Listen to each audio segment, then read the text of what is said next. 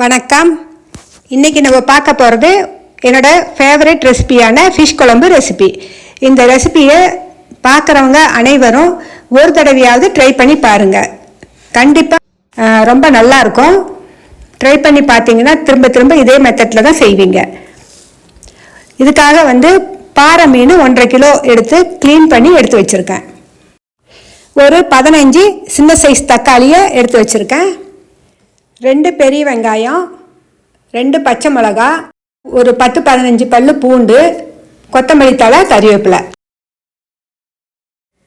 வெங்காயத்தை இந்த மாதிரி கட் பண்ணி எடுத்து வச்சுக்கலாம்.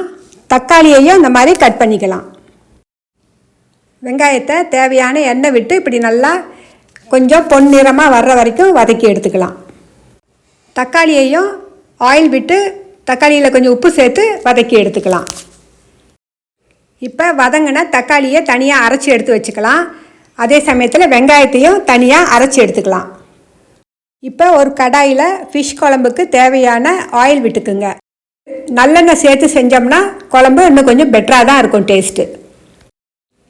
எண்ணெய் காஞ்சோன்னா கடுகு, உளுத்தம்பருப்பு, கொஞ்சம் வெந்தயத்தை சேர்த்துக்குங்க. அதுக்கு பிறகு நம்ம பொடியாக நறுக்கி வச்சுருக்கிற பூண்டும் பச்சை மிளகாவும் சேர்த்துக்கலாம்.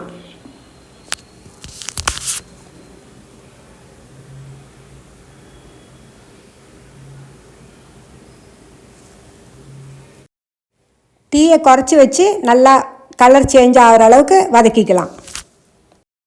அதோட கொஞ்சம் கறிவேப்பிலையை சேர்த்திட்டு கலர் சேஞ்ச் ஆனோன்னா நம்ம மிளகாத்தூள், நமக்கு தேவையான மிளகாத்தூளில் ஒரு 3 ஸ்பூன் இப்போ நான் போட்டுக்கிறேன். அதுக்கு பிறகு தேவைன்னா திரும்ப நம்ம சேர்த்துக்கலாம். இப்படி சேர்த்துறதுனால அந்த குழம்பு நல்ல ஒரு கலர் கொடுக்கும்.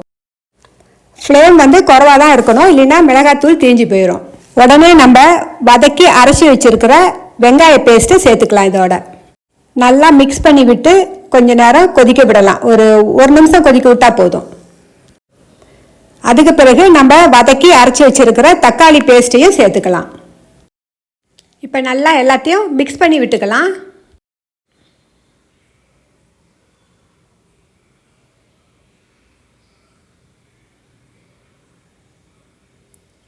ஒரு 1/2 டீஸ்பூன் மஞ்சத்தூள் சேர்த்துக்கலாம். 4 டீஸ்பூன் மல்லித்தூளை சேர்த்து குழம்பை நல்லா மிக்ஸ் பண்ணி விட்டுக்கலாம்.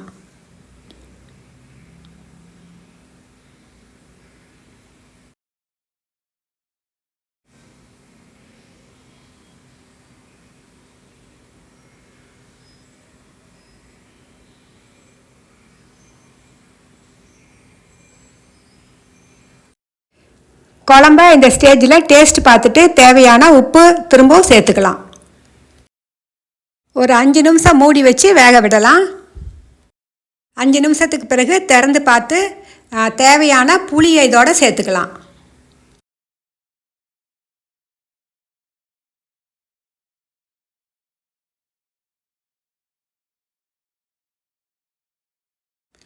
புளி சேர்த்துன பிறகு குழம்ப நல்லா மிக்ஸ் பண்ணி விட்டு திரும்பவும் டேஸ்ட் பார்க்கலாம். நமக்கு புளிப்பு போதுமா அப்படின்னு பார்த்துட்டு பத்தலைன்னா இன்னும் கொஞ்சம் கூட நம்ம சேர்த்துக்கலாம். எனக்கு காரம் கொஞ்சம் பத்தாத மாதிரி இருந்துச்சு, அதனால் திரும்ப ஒரு டீஸ்பூன் மிளகாத்தூளை சேர்த்துக்கிட்டேன். இப்போ குழம்ப நல்லா மிக்ஸ் பண்ணி விட்டு திரும்ப ஒரு 5 நிமிஷம் மீடியம் ஃப்ளேமில் இந்த குழம்ப கொதிக்க விடலாம்.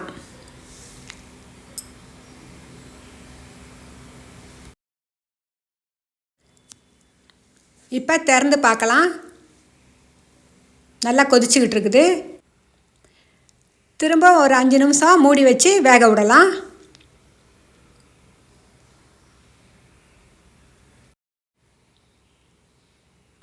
அஞ்சு நிமிஷத்துக்கு பிறகு திறக்கலாம். இப்போ பாருங்கள், நல்லா கொதித்து ஓரளவுக்கு திக்னஸ் வந்துருச்சு. ஒரு 3 டேபிள் ஸ்பூன் தேங்காய் துருவலை நல்லா மிக்சியில் அரைச்சி பாலை வடித்து எடுத்துக்கிட்டேன். அதை இப்போ சேர்த்துக்கிறேன். தேங்காய் பால் சேர்த்துற போது மீன் குழம்பு புளிப்பு அதிகமாக தெரியாமல் நல்லா டேஸ்ட்டாக இருக்கும். இந்த ஸ்டேஜில் நம்ம ஒரு டீஸ்பூன் ஃபுல்லாக மிளகுத்தூள் சேர்த்துக்கலாம். சேர்த்த பிறகு நல்லா மிக்ஸ் பண்ணி விட்டுக்கலாம்.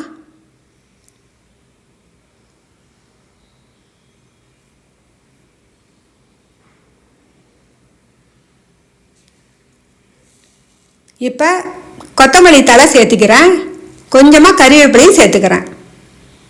நல்லா கலந்து விட்டுக்கலாம். பாருங்கள், நம்மளோட அடிப்பொலியான மீன் குழம்பு தயாராகிடுச்சு. மீன் மட்டும் தான் நான் சேர்த்துனோம். இப்போ குழம்ப கொஞ்சம் கொதிக்க விடலாம். கொதித்த பிறகு மீன் பீஸுகளை சேர்த்துக்கலாம்.